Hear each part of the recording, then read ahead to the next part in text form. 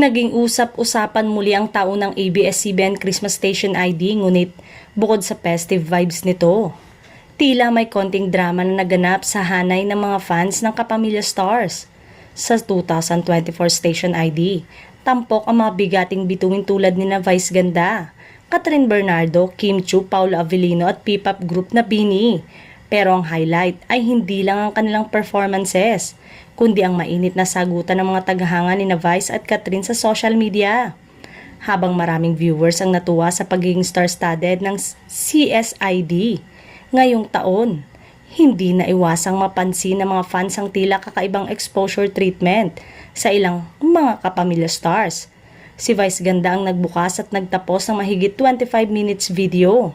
Samantalang si Catherine Bernardo na kinikilala bilang box office queen dahil sa success ng kanyang recent movie na Hello Love Again ay nakitang may limitadong screen time. Kaya naman agad nag-trending ang mga komento ng fans ni Catherine sa social media. Narito ang ilan sa kanilang mga reklamo. Kahit sa Christmas ID, seniority wise pa rin. Binagsakan na kayo ng bilyon pero yung treatment nyo sa kanya.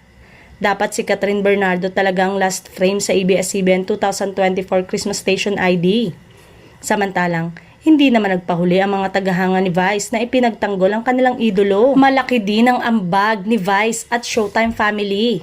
Sa kabila ng lahat, tila isang patunay lamang ito na parehong may solidong fanbase, sina Vice at Catherine.